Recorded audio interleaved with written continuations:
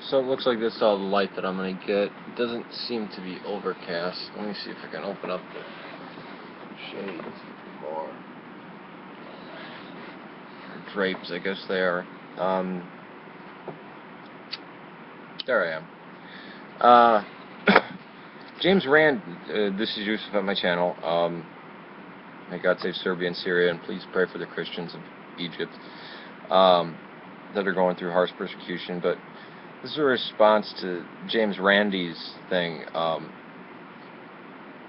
don't know if I'll post this response video, but people say Nazareth never existed.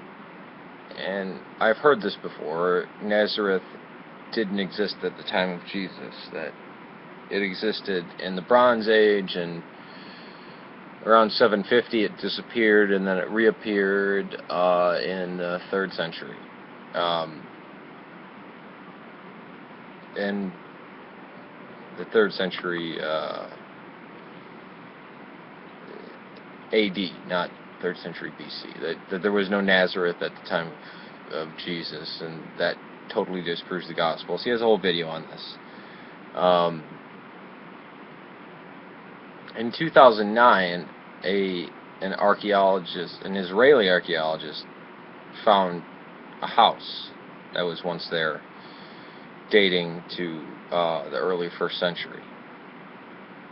So that kind of goes out the window. Not to mention, I mean, numerous documentaries I've seen over the years hypothesize that Jesus worked at Sepphoris, which I think is about 3 miles down the road, because he's called tekton, which gets translated carpenter, but it means worker, workman. May have been a stonemason or something like that, or just basically a worker, laborer. You can put translate it that way too. I probably shouldn't have said stonemason, because then people are going to think masons and make a connection of, oh, Jesus started masonry. Not that they're thinking that I'm saying this, but I've got some strange conspiracy theories on here. Even before I found out that they found the house there, or the Israeli archaeologists found a house there, or the remnants of a house, the idea that, I mean, we have in the Gospel of John, where Nathaniel asks, can anything good, he's from Nazareth, can anything good come out of Nazareth?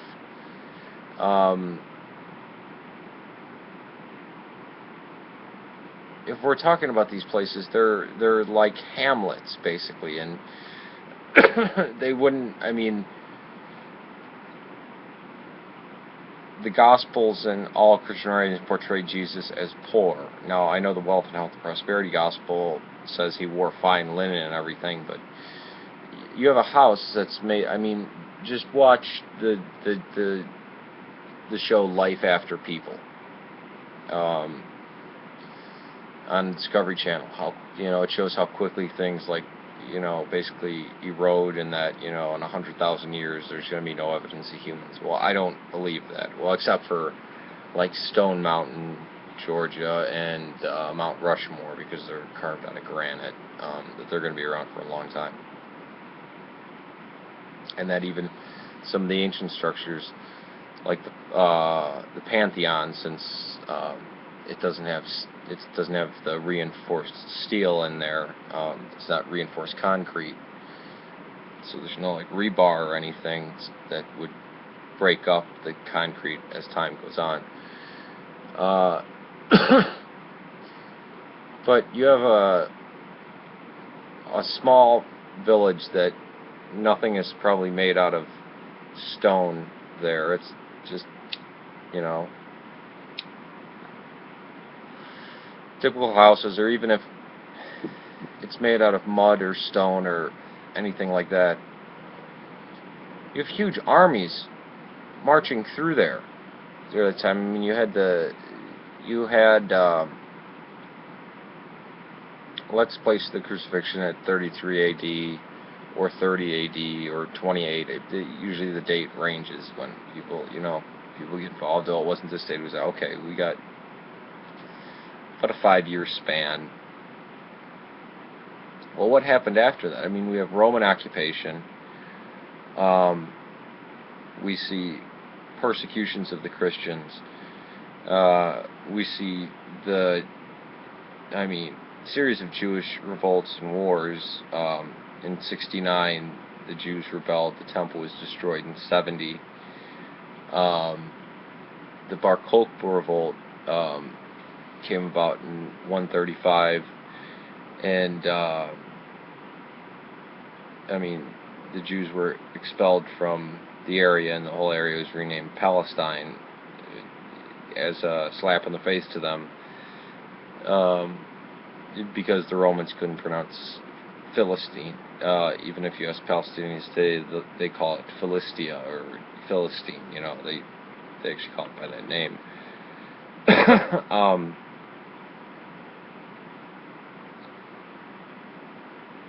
The idea that you'd have this area, Palestine lies at the crossroads of 3 continents, and we have armies marching through there all the time in history. I say we, but there were and are armies going through there all the time. Right now it's a very militarized zone. Nazerath, I believe, is majority Palestinian. I don't know if it's occupied by Israel. All of Palestine is pretty much occupied by Israel. It's kind of strange. But imagine structures made in the 1st century that were not made by, civil engineers. These are not Roman projects. These were, people, say Joachim, Anna, Joseph, and Mary, having a couple houses there, maybe a pen for goats. And how long do you think that would take to just, you could have fire, you could have people going through there, you could have actually people taking the stuff. After the war, people, in the days of settlers, people would actually wind up, when they'd move, they'd burn down their house. The reason doing that would be getting the nails out. Burn down the house, collect the nails, take any metal, and leave. The boat that they uncovered in the Sea of Galilee, it was put together by many different types of wood, and then obviously patched up at many points.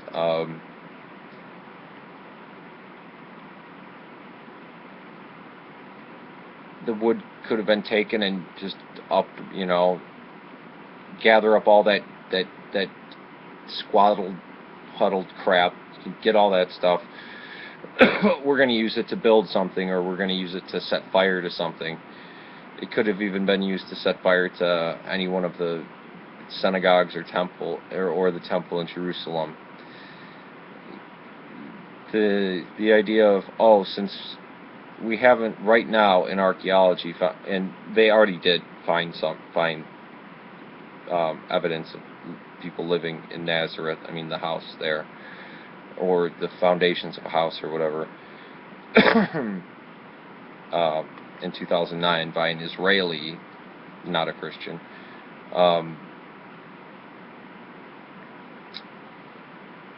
But to say we can't find, we don't find Nazareth. Let's say that the archaeologists that they didn't find anything. The archaeologist was lying or planned the information, the whatever there. Let's say that didn't even occur.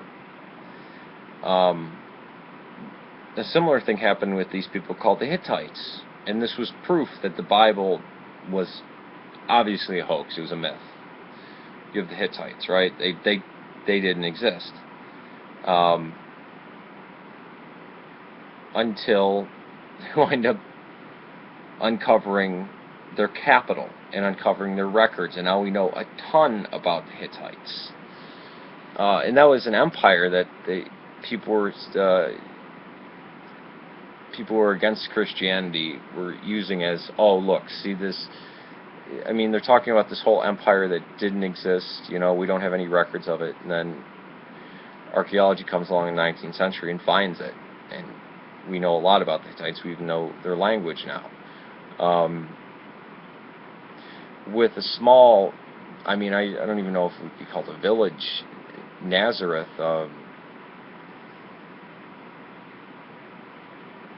Why would there be any evidence left there? I realize archaeology, and you can find things over time, you know, just the imprints of stuff, but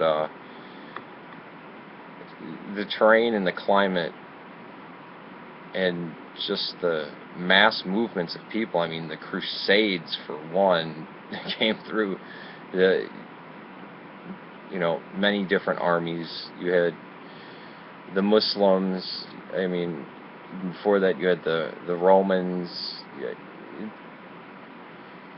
These, I don't see how that's like the, and he made a video like that's the linchpin. This totally disproves the story.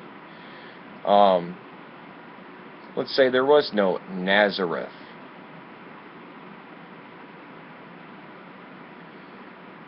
Or Nazareth didn't exist at the time when Jesus lived or whatever. There was already a Nazareth there, working in Sepphoris, being on the outskirts. You'd call it that area. I mean,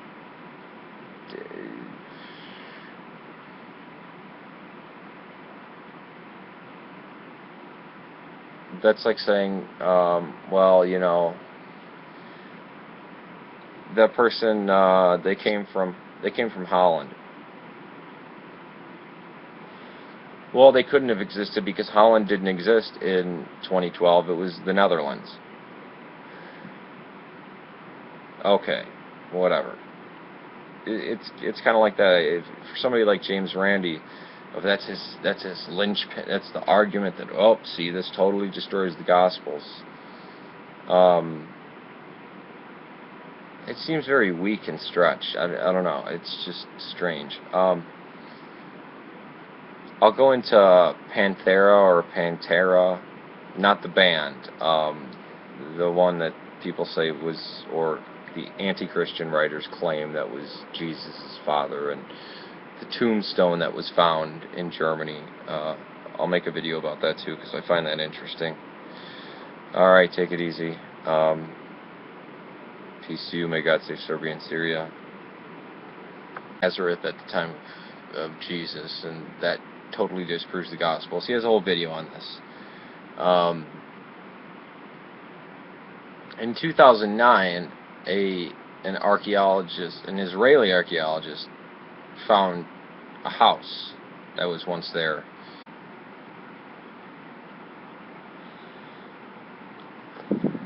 So it looks like this is all the light that I'm going to get. It doesn't seem to be overcast. Let me see if I can open up the shades more. Or drapes, I guess they are.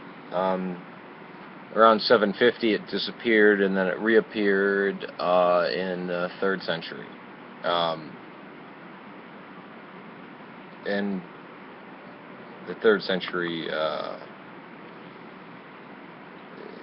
AD, not 3rd century BC. That there was no netting. I don't know if I'll post this as a response video, but people say Nazareth never existed.